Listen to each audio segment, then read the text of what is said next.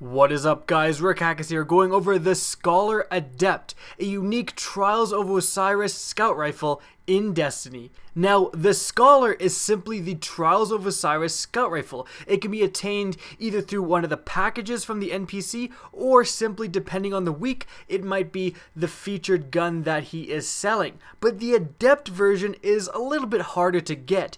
You acquire this randomly from opening the special Trials of Osiris chest located on the Lighthouse in Mercury. This area is only unlocked after going flawless 9 wins and 0 losses on your Trials of Osiris ticket.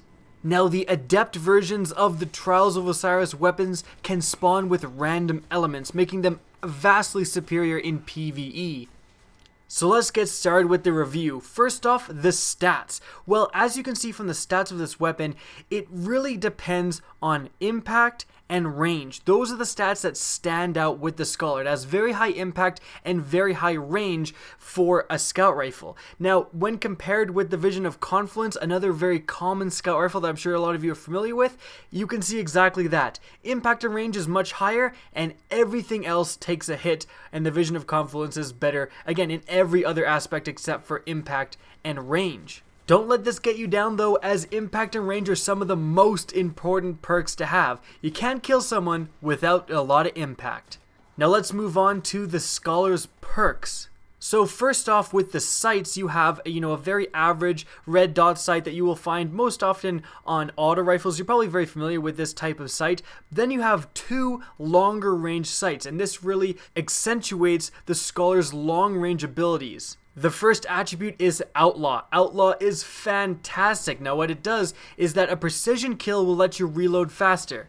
A lot faster, like much faster, and it's one of the best perks to have for scout rifles and hand cannons because they do so much damage to the head. For a precision shot, you really will be taking advantage of reloading extremely fast.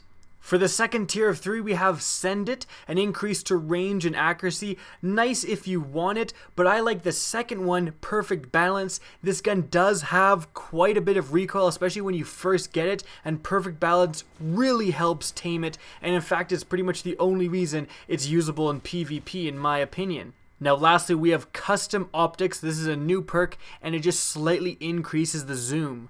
The last attribute we have is Reactive Reload. Now what this does is give you a short damage burst after reloading your gun. And you best believe Outlaw and Reactive Reload, that's a wombo combo. Reloading extremely fast off of a precision shot and then being able to get more damage after that reload, yes please. Now let's move on to how this gun performs in PvP. The Scholar will do 73 damage for a headshot in PvP and 49 damage for a body shot. The Scholar is really the epitome of a long-range weapon. In fact, I was using one of the longer-ranged scopes in order to accentuate these abilities. It is comfortable competing with sniper rifles, and I was getting extremely long-range kills, especially when I would just get a headshot that I maybe wasn't expecting, and that's 73 damage. That is a lot. Your playstyle with the Scholar is essentially going to be the same as your playstyle would be with a sniper. You're looking for long-range quarters, you're trying to put as much distance between you and the enemy as possible, and you're wanting to line up those headshots as best you can.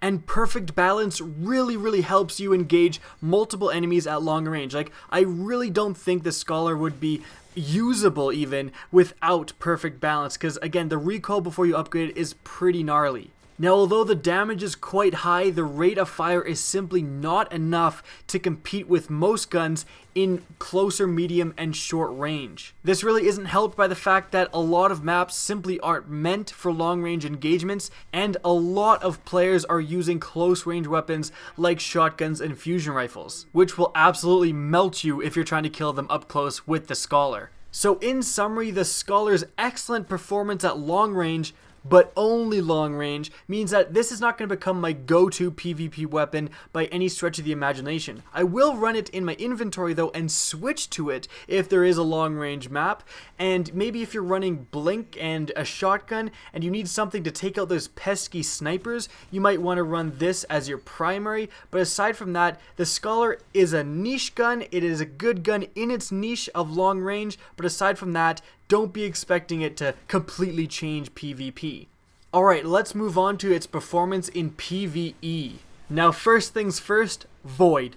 Void. It is so important that this weapon has an element. The Adept versions of all of the different Trials of Osiris weapons are going to be so unbelievably better in PvE, it's not even funny. Now this is because there's no downside to having an elemental weapon.